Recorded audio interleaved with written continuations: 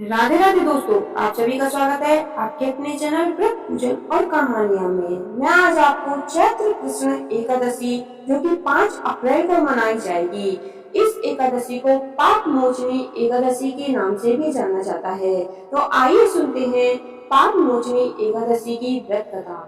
धर्मराज युधिष्ठिर बोले, हे जनार्दन, चैत्र मास के कृष्ण पक्ष की एकादशी का क्या नाम है तथा इसकी विधि क्या है?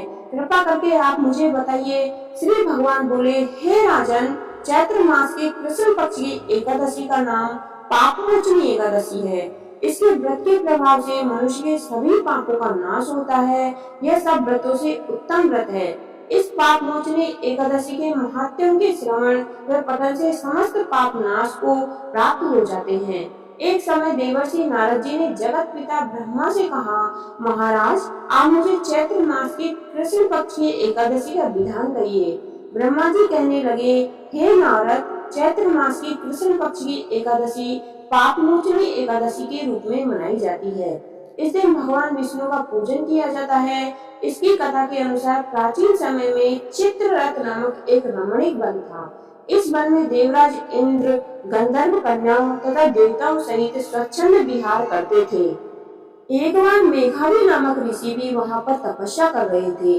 वे ऋषि शिव उपासक तथा अप्सराएं शिव द्रोहिणी, अनंग दासी, अनुचरणी थी। एक बार कामदेव ने मुनि का तप भंग करने के लिए उनके पास मंजू घोषा नामक अप्सरा को भेजा। युवावस्था वाले मुनि अप्सरा के हाव भाव, नृत्य, गीत तथा कटाक्षों पर काम मोहित हो गए। रति क्रीड़ा करते हुए 57 वर्ष व्यतीत हो गए। एक दिन मंजू घोषा ने देवलोक जाने की आज्ञा मांगी। उसके द्वारा आज्ञा मानने पर मुनि को भान आया और उन्होंने आत्मज्ञान हुआ कि मुझे रसातल में पहुंचाने का एकमात्र कारण अप्सरा मंजू घोषा ही है। क्रोधित होकर उन्होंने मंजू घोषा को पिशाचिनी होने का श्राप दे दिया। श्राप सुनकर मंजू घोषा ने कांपते हुए ऋषि से मुक्ति का उपाय पूछा। तब मुनि श्री ने पाप मोचनी एकादशी का व्रत रखने को कहा और अप्सरा को मुक्ति का उपाय बताकर पिता च्वन के आश्रम में चले गए। पुत्र के मुख से श्राप देने की बात सुनकर च्वन ऋषि ने पुत्र की घोर निंदा की तथा उन्हें पाप मोचनी चैत्र कृष्ण एकादशी का व्रत करने की आज्ञा दी। व्रत के प्रभाव से मंजू घोषा अप्सरा पिशाचिनी देह से मुक्त होकर देवलोक चली गई।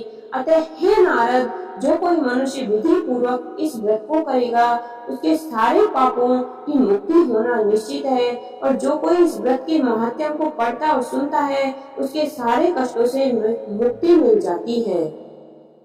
तो बोलिए एकादशी माता की जय, भगवान विष्णु की जय। कहानी सुनने वाले और सुनाने वाले सभी का भला हो, आपकी सभी मनोकामनाएं पूर्ण हो। अगर आपको मेरी ये व्रत कथा अच्छी लगी हो तो आपके अपने चैनल को सब्सक्राइब करें। धन्यवाद। आपका दिन शुभ हो।